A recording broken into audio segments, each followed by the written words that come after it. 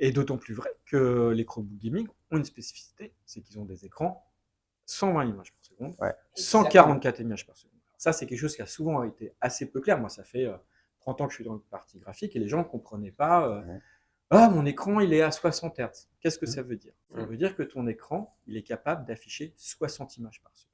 Tout à fait. Si ta carte graphique, elle en affiche 100, bah, tu ne les verras pas, tes 100 images par limité. seconde. T'es Tu limité seras par ton limité écran. par ton écran.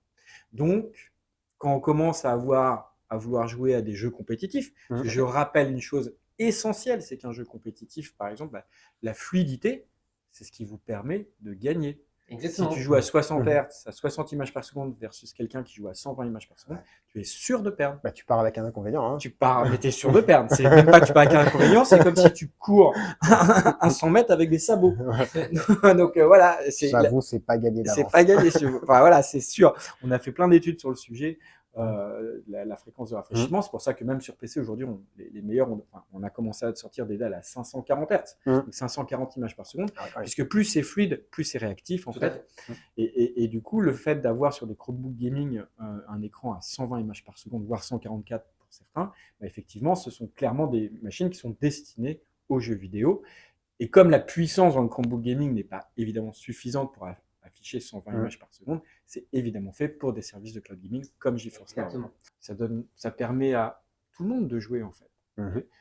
On n'est plus limité par la machine qu'on a. Et ça vient se cumuler avec d'autres specs techniques de ces fameux Chromebook gaming, avec par exemple des claviers anti-ghosting, donc des claviers qui vont permettre d'appuyer sur toutes les touches en même temps et ça va être réactif. Donc on cherchait de la fluidité, c'est bien, mais les gros joueurs gamers sont aussi, on veut sauter, courir, s'accroupir, tirer, faire plein de choses en même temps. Et surtout, bah, nos claviers sont aussi compatibles pour ça. Donc on a vraiment tout ce packaging final finalement pour l'utilisateur au niveau du Chromebook.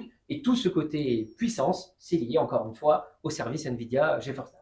Exactement. Il y a une autre importance aussi du coup, parce que là on se connecte à Internet. Donc une des caractéristiques majeures de ces Chromebooks-là, c'est d'avoir une très bonne connexion, une accroche au réseau.